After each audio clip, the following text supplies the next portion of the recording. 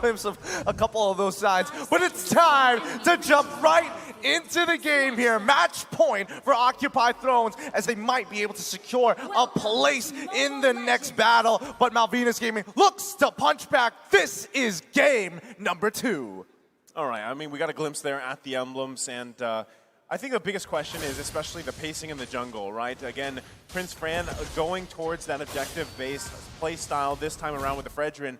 And that's the thing, can you actually really utilize this? Maro, though, already aggressively going in, gonna just get some vision here, too, and try to see if he can force Fran into a bad situation. But still, this rotation, the early rotation for Malvinas Gaming is going to be really important, especially if they can secure themselves the first turtle of the game. Hey, yo, what's going on down here? They're stealing away the Beetle without their jungle, and they just want to get ahead in EXP and deny it from this Ling, but they're not going to get punished whatsoever. OT is just chilling in the mid lane, going to shove it on out, and then look to move. Yeah, but here's the thing, right? I feel like this plays, wait a second. Steffi with a nice lockup. Probably nothing major going to happen here. Maro forced to back off, but still, Malvinas Gaming, I feel like when there's a Ling on the field, that team wants to set a tempo, and Malvinas Gaming doesn't care about it. They want to bring in their own, but look how much material Leo's taking right now. He was able to pretty much clear out the free camps down on the bottom side of the map. Not to mention that, you know, he expected Malvinas Gaming to actually start invading that Beetle with the information provided by that. Lunox is able to make some really good calculated decisions overall. But in terms of the map rotation, it does feel a little strange. Nobody's really taking the initiative just yet. We're not seeing, we're not seeing Maro actually jumping into too many of these fights. He understands they want to get level 4 first before anything. Oh, but there's some initiation. Dragon gonna take a bit of damage, but now the rest of Malvinas Gaming is here. Turtle is up. I think it's gonna be a second until the fight ensures, though. All right, so Dragon going to be fine. He also just got that ultimate ability. The Consecration going to heal back up. Still, though, it looks like Prince Fran wants to fight for this turtle. Maro to almost level 4, just hit it. So going to wait for, Leo to grab this purple buff and just get in position to fight this because they've got all the ultimates across the board here, especially when you're talking about having this Fairness. They've got a little bit more of an extension of a fight, and now they're pulling it through. They get the feathered airstrike out from Harley. That's a big ult out from Malvinas Gaming. They're stalling on purpose. OT is stalling this on purpose. Maro could have absolutely hit that if he flickered, but now look at the enemy purple buff. Malvinas Gaming is going to lose it, and while Prince Fran is slowly taking this away. Oh, cheeky, but Leo still able to get it. Gonna get stunned up there, but will be able to walk away from this freely. Prince Fran is able to secure the turtle, so almost a decent trade. When we look at the gold, OT has a small 150 advantage. Well, I mean, even with that, okay, they might still go here in the mid lane, but even with that trade, right, you're at least securing yourself the first turtle here, but, I mean, Prince Fran, does he care too much about the purple buff? As a Fredrin, maybe not so much in comparison to the assassin junglers here, but still, you don't want to just continue to give things away. And even noticing, Joel Crew already having the Corrosion Scythe here on that 1-1, it's going to be crucial for him to find the crossbow of tanks and even those resets later on throughout the fight. And now you can see even the focus here from Occupy Thrones. Ooh, in comes Gatto, though, showing his presence. The rest of the team also ready to make a strike, but nobody sticking their neck out too far. I don't know what's happening here. I mean, Gatto just goes in, he uses that Brilliance, goes back out, he's trying to bait out Joel Cruel, but then he also knows that the rest of the team is moving on, so why exactly did he use the Brilliance when he could just use the Darkening? So many questions at hand. Maro? Wait a second, Maro does come in, but a Feathered Airstrike is there to stop him. Colt Alter comes out to save the day, and once again, it is a disengage. Come on, Gideon, what's going on here? I don't see First Blood. It's been 4 minutes. I want my action. Weird. This is supposed to be like the Blood Dome. So Where weird, is dude. my blood? The Blood Dome. Well, I mean, at this point, it is kind of odd that both of these teams, especially when we saw the team head-to-head, there's been no First Blood up to this point. I'm sure in the next 30 seconds or so when that turtle comes up, everyone's going to be rearing to go. Gatto finally picking up the Clock of Destiny here, too, at the 4.5-minute mark. So this could be crucial, though. Joel Crew, though, still the focus of Occupy Thrones. Harley also picking up Clock of Destiny. So everybody's still looking for that first kill of the game. Everybody's still looking for that First Blood, but no First Blood. Sorry, Gideon, just not yet. 5 minutes in.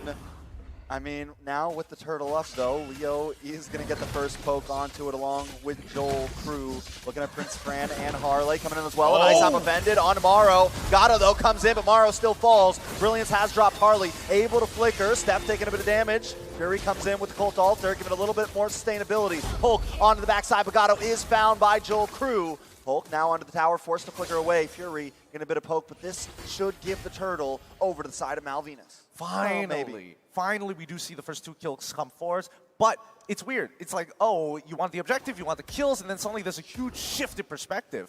But I mean, like, even with that, it was just kind of a weird whole fight there for that turtle. But Joel Crew coming out with the 2 kills and being able to pick up his second item now on this 1-1, it is going to be something that Occupy Thrones has to be conscious of, because you just see a lot of this back and forth, and still Steffi looking for another possible setup here. Now Morrow on the Kufra is going to be the big person to find the setup for Occupy Thrones, but right now they're struggling for it as this turtle is now less than half health.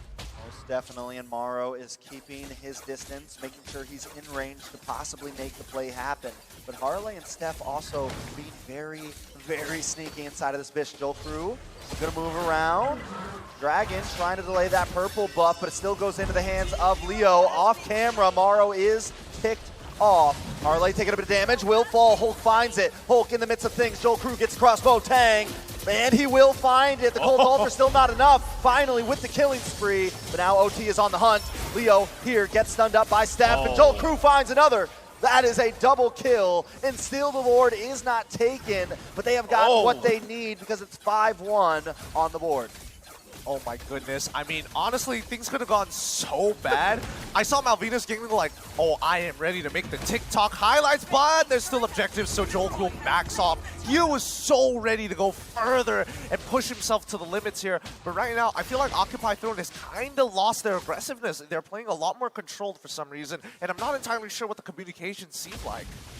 They're still pressing the situation here on the top side, going to take them out here. Ooh, I'm offended, locks on Morrow, bursted down. That's an unstoppable kill for Joel Crew, and at 5-0-1 at 7.5 minutes, the 1-1 is beginning to look scary.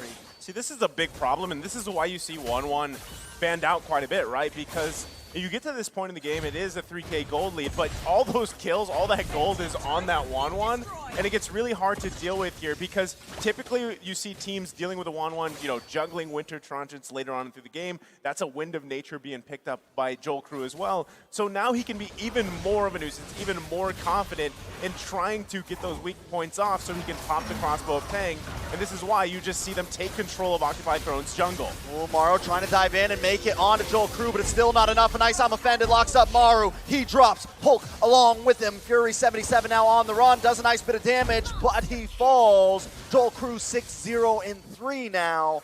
That is 60% of the kills going to him. This is spelling trouble for OT. And this is why you need to ban out this 1-1. All that CC, all the commitment put on Joel Crew just does not matter. He cleanses out of the very first one, which is an inbuilt skill, by the way, and then immediately pops his Inspire to take out the rest of the team, gain his health back even. So right now it's quite a struggle for Occupy Thrones as it feels like no matter what they do, Joel Crew is just way too far ahead. So I think they need to start thinking about pickoffs, and specifically Harley. See, I mean, this is the crazy thing. Even looking at the gold, Joel Crew's like almost 3K ahead of Gato, right? Which was placed in the gold lane there. And that's what you're seeing here. Just, it's so hard to deal with, even these skirmishes around the buffs. Yeah, Volt trying to get into that backside, but just can't seem to commit, can't seem to do the damage, and it definitely has to do with that gold lead. Now back to what you were saying. I mean, still, the point being is just itemization. You're out-itemized, right? And a lot of that has, again, to do with the 1-1 pick, which is usually constantly banned out, right? And Joel Crew, knowing that, able to just kind of freely do what he wants to do and doesn't really have to worry too much just yet. Now, it is 10 minutes in the game. If Occupy Thrones can hold on, maybe for dear life, they can defend themselves in the base here, but they still need time because, again, you don't have a traditional marksman here. You're relying on some form of setup from Maru, maybe even Hulk. You've got a Cult Altar, but still, you got also a lot of magic damage here, and right now, it's just hard to deal with because you got Prince Fran in the front, you've got Steffi finding those I'm offended combinations like we talked about with the Flicker, and meanwhile, Dragon's on this unkillable hero who just is a distraction at this point. Yeah, it's tough, and I think that even though Occupy Thrones have options to be aggressive, the counter-engage coming in from Malvinas Gaming and just the raw peel from Prince Fran and Steffi alone already deters them. So it just boils down to who can create that space. Do they want to have Gato do it, or do they want to have Maro to do it? Because Leo and as well as Hulk do generally struggle. They go in, they slow down. There's nothing much they can really do other than displace and pull attraction to themselves. But as long as Malvinas Gaming sticks as 5, I'm not sure. Yeah, and the Lord now encroaching into enemy territory. Will connect onto that inhibitor. Going to do a nice bit of damage, but Gato will be able to handle it so they don't lose a base tower just yet. Malvinas Gaming going to go around and eat up OT's resources and wait for them to come out. This is even scarier, right? He just, Joel Crew just locked himself in. The Malefic Roar, able to pick that up. Steffi getting this dominant ice. So still, Occupy Thrones trying to play catch up. 7.5k gold lead and no turrets for Occupy Thrones here. They're literally just trapped on their side, if not their base. And I mean, Joel Crew, the turret plater, number 2 highest turret damage per minute. That's 951 damage. And this has been a game for him. I mean, if it was Leo's game, the previous one, this one's Joel Crew here. For now, I mean, for all we know, this game could drag out longer, but let's have a look at Joel Crew, the turret plater. The second highest turret damage per minute at 951. The man is able to push really fast and somehow is able to shred these turrets without taking too much damage or getting punished that heavily. Yeah, another amazing statistic for one of these lower bracket teams. It definitely goes to show how much of a stars they are in their own right, but with Malvinas Gaming holding such a strong lead over this, is there an answer for OT? Well, I think one of the biggest answers for them is still going back to the point, like, do you use Gato to, whether it's the Brilliance, whether it's those Chaos Balls, to try to melt someone down here if you can at this point? Do you have Hulk either initiate with the split or peel for you? Leo also, I think he's got a couple items now on this link. He's got damage, but I feel like the big problem is there's just too much even durability from Malvinas Gaming because of that gold lead. Even looking at the items here, I think he's still got to build his third one, but at this point, you don't even really want to see them contest this Lord. They might be better off just defending in their base for another one while they can play catch-up here. Yeah, Maro will get the Tyrant's Revenge onto Steffi, but a nice arm offended comes onto Hulk and Fury. Colt Alter does come out, but they don't want to let it up. Joel Crew popping off with that crossbow of Tang. Fury goes down, everyone else back to base. Leo caught in the midst of the field. Gonna try to get hunted down from Dragon, but this should be a possible Lord for the side of Malvinas. And this is what we were talking about earlier. No matter what aggressive moves coming out from OT, from Maro specifically does, instantly gets cleansed away. The peel coming in from Prince Fran, and not to mention just the counter engagement coming in from Steffi. He gets hit by it, doesn't care, quickly taunts everybody and pulls them in with the I'm offended. So now OT are on the back foot even further than before, and most teams can't recover from this position. 9k gold lead basically going to be 10 once that Luminous Lord crashes into the inhibitor. Yeah, I think, Leo's trying his best here, really to put pressure anywhere that he can, but he's also going to be careful because in this defense, you're probably going to see Steffi try to just set up a play with a Flicker, I'm offended combination. They still have quite a few options, but now they've got to work on this Lord here on the bottom side. Most definitely it does get the crash because it is enhanced. A lot of green dots on the side of Malvinas, but the same thing goes for Mena. Ults are ready to go. They want to move into this middle inhibitor, try to take as much as they can. They don't want to go too deep. The Dragon will hold down the front line. Able to zone Leo and Gato away, but now the I'm offended locks in. Feathered Airstrike comes down. Hulk coming onto the backside, but Steffi does fall. OT trying to make the response here. Looks like we're going for a ride along with Hulk, but Prince Fran is caught in the midst of 4 members and will fall as well. That is a 3-for-0 trade. They do take some inhibitors, but Occupy Thrones is answering back. Well, I mean, you can consider that a at least successful defense here for Occupy Thrones. They also narrowed down that gold gap by about, 3,000 gold or so, and they might be able to make some more moves across the map. They didn't get Joel Crew, unfortunately, but the fact that Steffi initiated that, right? As we expected, he initiated that fight with the I'm Offended, and it didn't go the way they wanted to. They wanted to end the game there, but Occupy Thrones able to hold on for it. Yeah, unable to close out, and man, quite the swing in OT's favor now. They might actually have a chance if they're able to find a fight like that once more, now that the blue does, well, I mean, Hulk in particular, is able to kind of tank just enough damage from Joel Crew to waste his time and allow the rest of his team to go for the bigger picks. And looking at the items, I mean, at least for, Occupy Thrones, they've got the damage in terms of magic, right?